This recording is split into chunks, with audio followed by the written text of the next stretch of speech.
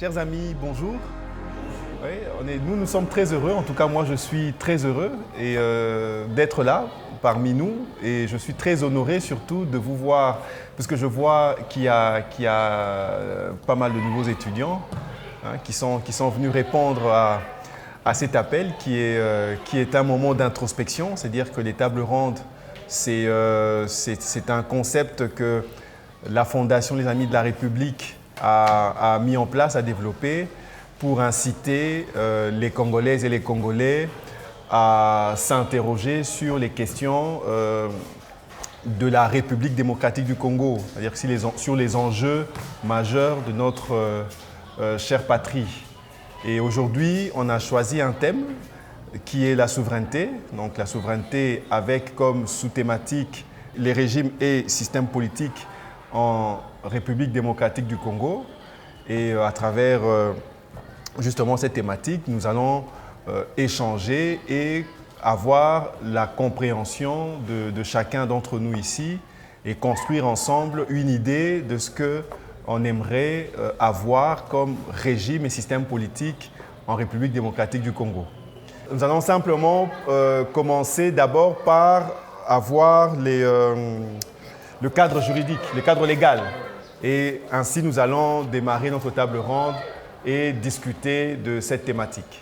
Ok, donc là nous avons la loi fondamentale qui ne nous donne pas un article exact définissant notre régime parce que notre thématique d'aujourd'hui c'est le régime et le système politique en République démocratique du Congo, donc en RDC.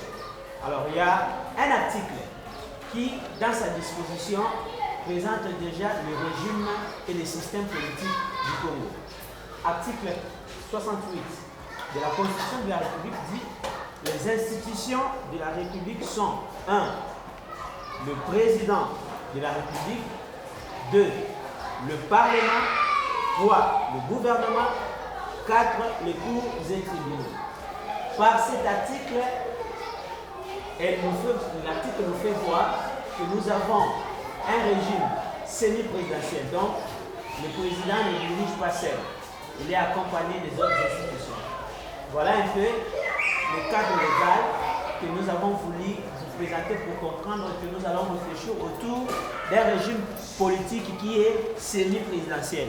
Donc, il y a d'un côté le président et de l'autre d'autres institutions qui l'accompagnent dans l'exercice de son travail. Merci beaucoup. Ok, merci Pasteur Ahmed. Comme le Pasteur Ahmed vient de le dire, nous sommes ici en République démocratique du Congo dans le cadre d'un régime dit semi-présidentiel. Est-ce que chacun de nous pourrait nous dire ce que lui comprend d'un régime semi-présidentiel? Si on en a déjà entendu parler, qu'est-ce qu'on entend quand on parle d'un régime semi-présidentiel? On va faire le tour des tables pour que nous puissions avoir la définition de tout un chacun. On commencera par notre ami Roger. Dire par rapport à un régime semi-présidentiel, c'est que c'est un régime qui est constitué d'un gouvernement. D'abord, le gouvernement au-dessus, qui est le président de la République. Le régime semi-présidentiel, le gouvernement est devant le Parlement et le Parlement qui représente la population du pays. C'est-à-dire cette population qui a le droit d'élire le gouverneur du pays pour un mandat précis. Ce que je comprends bien par régime semi-présidentiel, c'est un régime où le président ne doit pas travailler seul. C'est un régime où le président doit toujours se faire accompagner. Si on voit bien, comme on venait de le dire par l'article 68, on nous a parlé là-bas du président, du Parlement, du gouvernement et les cours et tribunaux. Donc c'est un régime où le Parlement, si on regarde bien, c'est un régime qui doit se manifester, qui doit s'agir dans un pays démocratique où les peuples sont libres de lire ou de choisir leurs dirigeants et où ils pouvaient avoir encore l'opportunité de se prononcer au cas où il voit des déficits qui ne marchent pas. Donc, en fait, c'est ce que j'ai compris. Un régime semi-présidentiel, c'est un régime qui est en fait constitué de 3 pouvoirs. Nous avons la Cour constitutionnelle, le président en premier, le président de la République, la Cour constitutionnelle et l'Assemblée nationale. Donc, tous ces 3 pouvoirs dirigent conjointement la nation. Mais bien évidemment que le président a le droit de veto, mais chaque parti a sa part dans la gestion de la nation. D'après moi, le régime semi-présidentiel, c'est un régime que le président ne peut pas travailler seul. Le président doit avoir des collaborateurs qui sont le gouvernement ainsi que d'autres institutions de la République. Donc, le président ne peut pas prendre des décisions seul. Pour bien diriger, il faut qu'il soit en communion avec d'autres institutions. Merci beaucoup. C'est toujours Jonathan. Un régime semi-présidentiel par rapport à mon opinion, je peux dire, je rejoins toujours l'optique de l'idée de mes confrères. Les présidents ne peuvent pas travailler seuls. Ils travaillent toujours avec l'interaction ou soit l'interrelation avec d'autres institutions, par exemple la Constitution, les parlements ou soit les gouvernements. Ils travaillent vraiment dans l'interdépendance. Donc, il n'y a pas question de prendre des décisions seules. Avant de prendre ces décisions, il doit réunir les idées avec ses collaborateurs. Par semi-présidentiel, on parle là d'un régime représenté par des institutions. Et ces institutions-là sont interdépendantes. Ça signifie donc que toute prise de décision et toute directive doit être prise, sinon doit être en concertation avec toutes ces institutions-là. Donc ça signifie donc que par rapport à d'autres régimes, on a le président qui est censé prendre toutes les décisions, mais on se retrouve avec un régime semi-présidentiel dont le président a en quelque sorte des extensions de lui qui sont censées travailler avec lui afin de mener à bien la direction du pays. Par là, je vais dire de régime, système politique en RDC. Donc, selon moi, c'est juste que le président va prendre des décisions seules. Donc, il doit collaborer avec ces différents parlements. Donc, collaborer avec des différentes cours, par exemple les cours de cassation et les parlements. Donc, il ne doit pas prendre des décisions seules sans pour autant parler avec d'autres cours parlementaires. Le mouvement que nous parlons du semi-présidentiel, on voit d'abord le président et on voit ses différentes cours qui sont en bas. Et dans ce système, le président n'a pas besoin de prendre des décisions seules et en faisant, en les exécutant. Il doit exécuter après parlant avec ses différentes sources, comme le Parlement et d'autres personnes. Comme ça, ils pourront avoir une solution et basée sur une d'eux. En parlant d'un régime semi-présidentiel, qu'est-ce que j'entends par là? Je dirais que c'est un régime où il y a un groupe de gens qui s'unissent pour des mêmes idées, je peux dire, afin de bien fonctionner, afin de bien marcher dans un pays, afin de bien fonctionner aussi. Pourquoi? Parce que c'est un groupe de gens qui se mettent des idées pour un même but. Alors, lorsqu'ils ont un même objectif, en fait, un régime semi-présidentiel, je dirais que c'est un régime de groupe des politiciens ou soit des autorités qui se mettent des idées ensemble afin de bien fonctionner. Voilà un peu mon idée. Et ces régimes semi-présidentiels, je peux dire que c'est un régime où les présidents travaillent, mais sous forme en symbiose avec le gouvernement, d'où il est également représenté dans des structures, dans les buts de mener sa vision en fait. Donc, il est représenté par ces structures-là dans la même vision. De ma part, un régime semi-présidentiel, c'est quand un président est élu au suffrage universel direct, dont il a le pouvoir de nommer un Premier ministre, un Premier ministre qui va élaborer un gouvernement, qui sera responsable devant le Parlement, dont ils vont travailler ensemble pour mieux diriger le pays. Pour moi, c'est d'abord, tout commence par le peuple en fait. ben, c'est d'abord le peuple qui, comme mon ami Divan l'a dit, c'est d'abord le peuple qui choisit ses représentants au niveau international et local. Et ensuite, en quelque sorte, oui, international, on peut dire. Pourquoi international?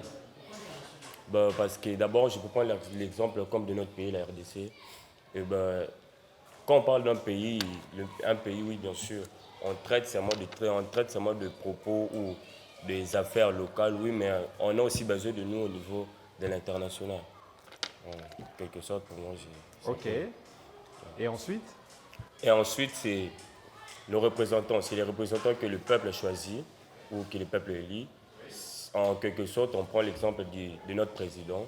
Et en quelque sorte, le président, lui, en son tour, va nommer la liste la liste de ses appuis, en fait. Quand je parle d'appui, je vois en quelque sorte son gouvernement qui va travailler avec lui. Pour moi, les régimes semi-présidentiels, je comprends par là que c'est un régime où les pouvoirs est partagé, en fait. Le pouvoir est partagé. À un certain niveau, on a les présidents de la République. À un autre niveau, on a les gouvernements. À un autre niveau, nous avons les parlements et puis les cours et tribunaux. Alors, sur ces, chaque institution est appelée à prendre des décisions, à prendre des mesures par rapport à son niveau. Bien sûr que dans ces systèmes, le président de la République, c'est lui seul qui a, je dirais, les derniers mots, s'il faut dire, les derniers mots sur telle ou telle autre décision. Donc c'est un régime où le président ne dirige pas seul, s'il faut dire. Le président ne dirige pas seul et il est accompagné des autres institutions pour le bon fonctionnement du pays. Bon, pour moi, j'ai compris quelque chose. Un régime semi-présidentiel, c'est un régime où le président apporte d'abord sa vision. Il apporte sa vision dans la nation parce qu'on commence par voter le président qui nous présente toute une vision que nous devons suivre. Et cette vision-là, selon les lois établies par l'organe autorisé, les cours et tribunaux, si je peux dire ça comme ça, et qui le soumet aux parlementaires qui représentent la population. Et après, c'est les gouvernements qui l'exécutent pour toute la République. C'est ce que moi j'ai compris. C'est-à-dire que le président n'est pas nommé. Il doit être élu par un peuple et à son tour, il a des prérogatives qu'il est censé de suivre ou de respecter.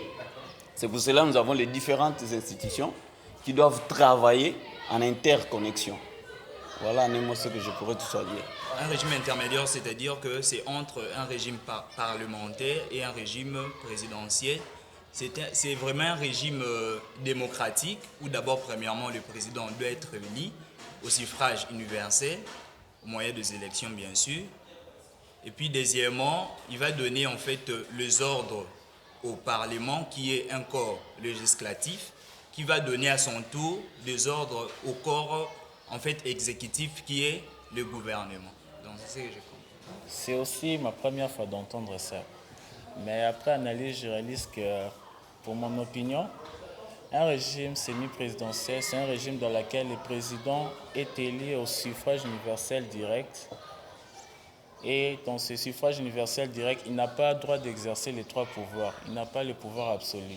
Et c'est par là qu'on met en place à l'article 68, on fait appel à l'institution, les dirigeants de l'institution, les 4 piliers qui sont les présidents, les gouvernements, les cours et tribunaux et les parlements. C'est eux qui doivent diriger en collaboration. Donc un régime semi-présidentiel, c'est un régime où la séparation des pouvoirs, donc les 3 pouvoirs, donc législatif, exécutif et judiciaire, est souple en fait, et que chacun puisse plus ou moins exercer un contrôle sur les autres. Mais ce n'est pas un contrôle qui est finalement strict, puisque dans le cas, par exemple, de la RDC, le président de la République n'est pas responsable devant les assemblées, c'est son gouvernement qui est responsable devant ces assemblées, et l'appareil judiciaire qui, en fait, gravite un petit peu en marge du pouvoir exécutif et législatif est chargé finalement de juger finalement le droit commun, donc tout ce qui va porter la société en tout cas, et il y a une juridiction justement spéciale pour juger des affaires purement politiques qui vont concerner donc à la fois le gouvernement. Alors je ne sais pas comment ça se passe en RDC, je ne sais pas si le président peut faire objet justement d'une procédure judiciaire, mais dans le cas en tout cas d'un régime semi-présidentiel, il y aurait normalement un ou plusieurs mécanismes qui devraient prévoir en tout cas ce type de contrôle. Donc c'est-à-dire que c'est 3 pouvoirs qui sont interdépendants, mais qui exercent un pouvoir de contrôle sur les autres. Voilà un peu ma définition. Je ne sais pas si Rubin veut donner une définition. On a perdu M. Ahmed. On a perdu Ahmed. D'accord. En fait, quand je fais la relecture de toutes les définitions que nous avons données ici, alors je retiens des mots qui reviennent souvent. Le premier mot qui est souvent revenu, c'est interdépendance.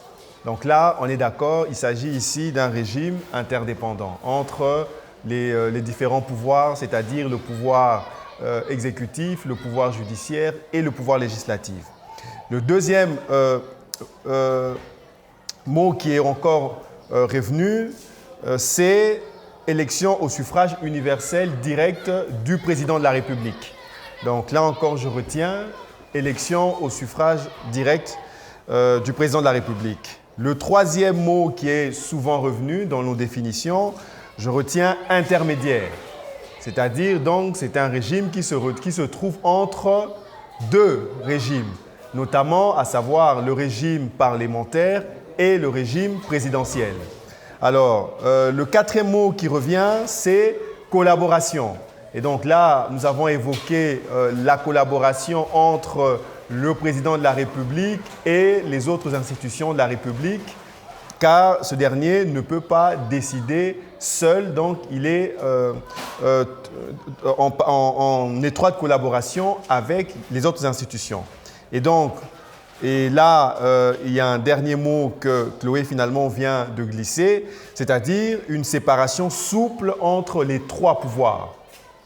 Donc, en résumé, on parle ici d'un régime qui finalement entretient des relations entre les 3 pouvoirs législatifs, exécutifs et judiciaires.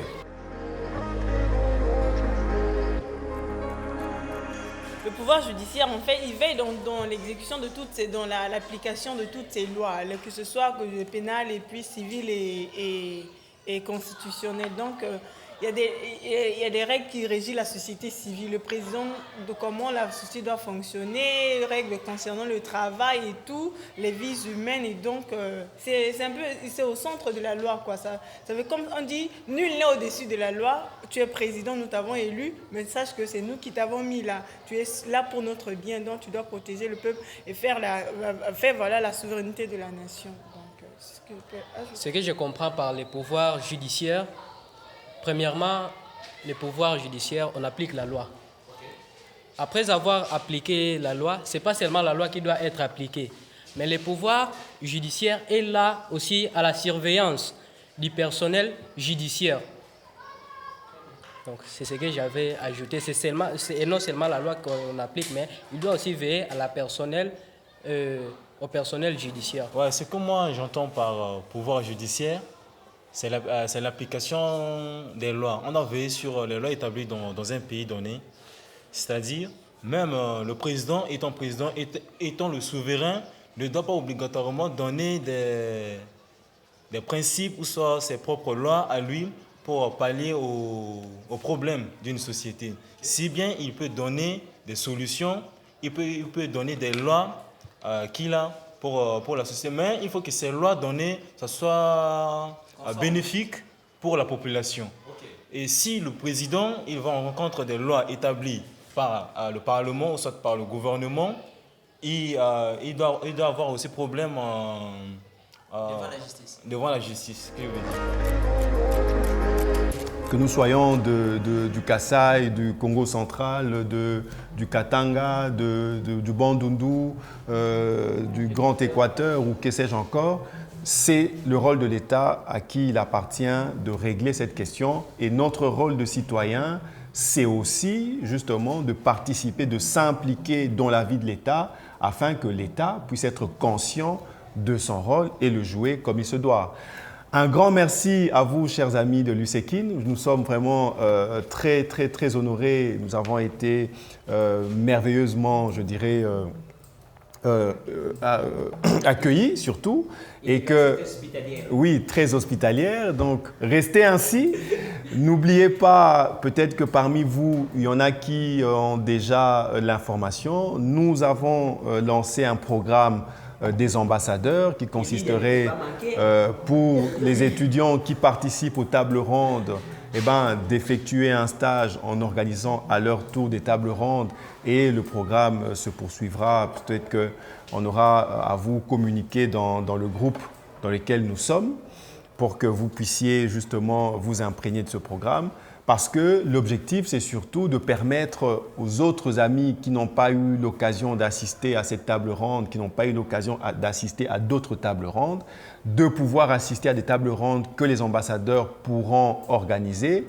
Et alors, les amis de la République viendront pour co-animer aussi avec ces amis les tables rondes à venir.